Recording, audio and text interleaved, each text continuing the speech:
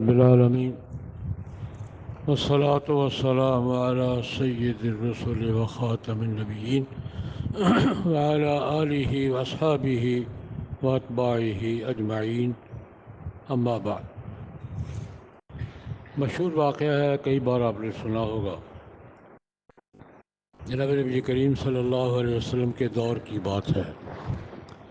سیدنا حضرت صدیق اکبر رضی اللہ تعالیٰ عنہ بازار میں جا رہے تھے۔ ایک نوجوان صحابی حضرت حنظلہ رضی اللہ تعالیٰ عنہ ملے، ملاقات ہوئی۔ حنظلہ کچھ پریشان سے لگ رہے تھے۔ حضرت صدیق اکبر نے پوچھا، نوجوان پریشان لگ رہے ہو؟ اس نے کہا جی ہاں میں پریشان ہوں، میں ٹینشن میں ہوں۔ کس بات پہ؟ کہتے ہیں جناب نبی کریم صلی اللہ علیہ وسلم کی مجلس میں جب جاتے ہیں تو دل کی کیفیت بالکل مختلف ہوتی ہے، اور جب باہر نکلتے ہیں تو بالکل بدل جاتی ہے۔ گھر جاتے ہیں تو اور بدل جاتی ہے، دکان پہ جاتے ہیں تو اور بدل جاتی ہے۔ یعنی حضور کی مجلس میں جتنی دیر بیٹھتے ہیں دل کی کیفیت بالکل مختلف ہے، اور حضور کی مجلس سے باہر نکل کے آتے ہیں تو کیفیت بدل جاتی ہے۔ یہ دل کی کیفیت کا بدل جانا کہیں منافقت تو نہیں ہے؟ مجھے لگتا ہے نافقہ حنظلہ منافق ہو گیا اپنے بارے میں کہنے۔ مجھے محسوس ہوتا ہے کہ حنظلہ کیا ہو گیا؟ منافق ہو گیا، کہ وہاں دل کی کیفیت اور ہوتی ہے، باہر اور ہوتی ہے۔ مجھے ڈر لگنے لگا کہ میں منافق تو نہیں ہو گیا۔ حضرت صدیق اکبر رضی اللہ عنہ نے کہا کہ بھائی یہ تو کیفیت ہماری بھی ہوتی ہے، پھر تم اکیلے نہیں ہو۔ اگر اس کا نام منافقت تو ہمارا بھی یہی حال ہوتا ہے۔ حضور کی مجلس میں کیفیت اور ہوتی ہے، باہر اور ہوتی ہے۔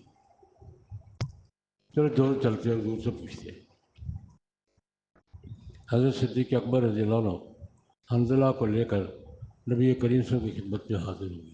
یا رسول اللہ یہ مسئلہ ہے، اس کو پریشانی ہوئی ہے، مجھے بھی ہو گئی ہے، کہ کیفیت کا بدلنا کہ منافقت تو نہیں؟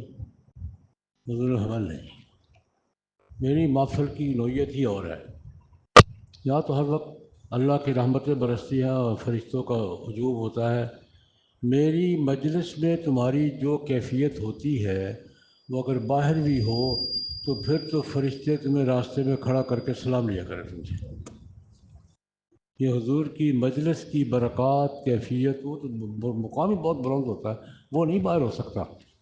اسی لیے محدثین فرماتے ہیں کہ نبی کریم صلی اللہ علیہ وسلم کے زمانے میں حضور سے بہتر مجلس اور دنیا میں کوئی ہو سکتی ہے، لیکن اس کے بعد پھر حضور کے زمانے کے قریب جتنا بھی حضور کے قریب کا زمانہ ہے، تابعین ہے، صحابہ ہے، اتباع تابعین ہے، جتنے قریب کے لوگ زمانے کے لوگ ہیں نا، ان کی مجلس اسی طرح درجہ بدرجہ درجہ بدرجہ درجہ بدرجہ۔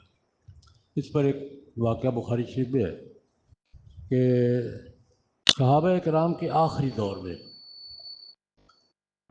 اب تو صحابہ تھے ہی، سارے صحابہ تھے اکثر، لیکن آخری دور میں جب کسی جنگ پہ جہاد پہ جاتے نا تو کہتے تھے یار کوئی صحابہ میں سے بزرگ ہیں تو ساتھ لے چلو برکت کے لیے،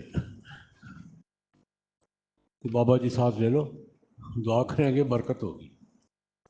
وہ دور گزر گیا تو پھر یہ معیار ہو گیا کہ یار کسی کوئی ایسا بزرگ ساتھ لے لو جس نے صحابہ میں سے کسی کو دیکھا ہو۔ اس کے بعد گریڈ ان کا ہے کہ جس نے من صاحب النبی صلی اللہ علیہ وسلم، جس نے صحابہ میں سے کسی کی رفاقت کی ہو۔ اس کے بعد 30,000 پھر کہتے ہیں کہ جب وہ آگے زمانہ گزرا تو کہتے ہیں یار کوئی ایسا بزرگ تلاش کرو جس نے صحابہ کو دیکھنے والوں کو میں سے کسی کو دیکھا ہو،